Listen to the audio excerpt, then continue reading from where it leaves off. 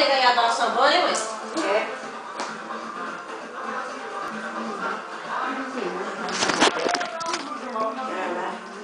Também vai sair dele.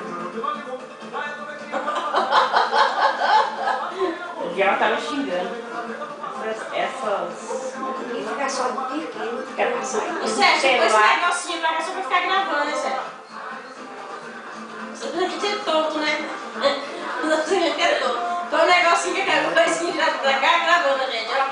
Tonto mesmo, retardado. Tô gravando lá, mas tá tirando foto de nós ali, ó. É? Tá tirando foto ali, ó. Vai sair essa blusa. Essa blusa preta.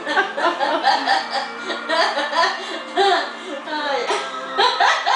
Tá tirando do cravo também. Não tá, mãe. Não tem nada tirando. Ele saiu correndo ainda. Não tá tirando, não. Ó o KDB lá, ó o KDB.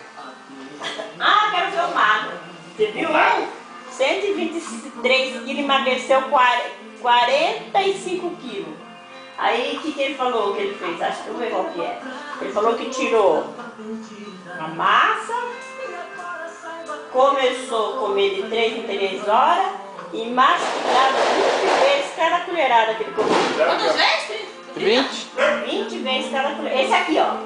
123 quilos ele tava. Eu tô com uma redução lá em casa e parece ele gordo e ele agora. Ele emagreceu 45 quilos.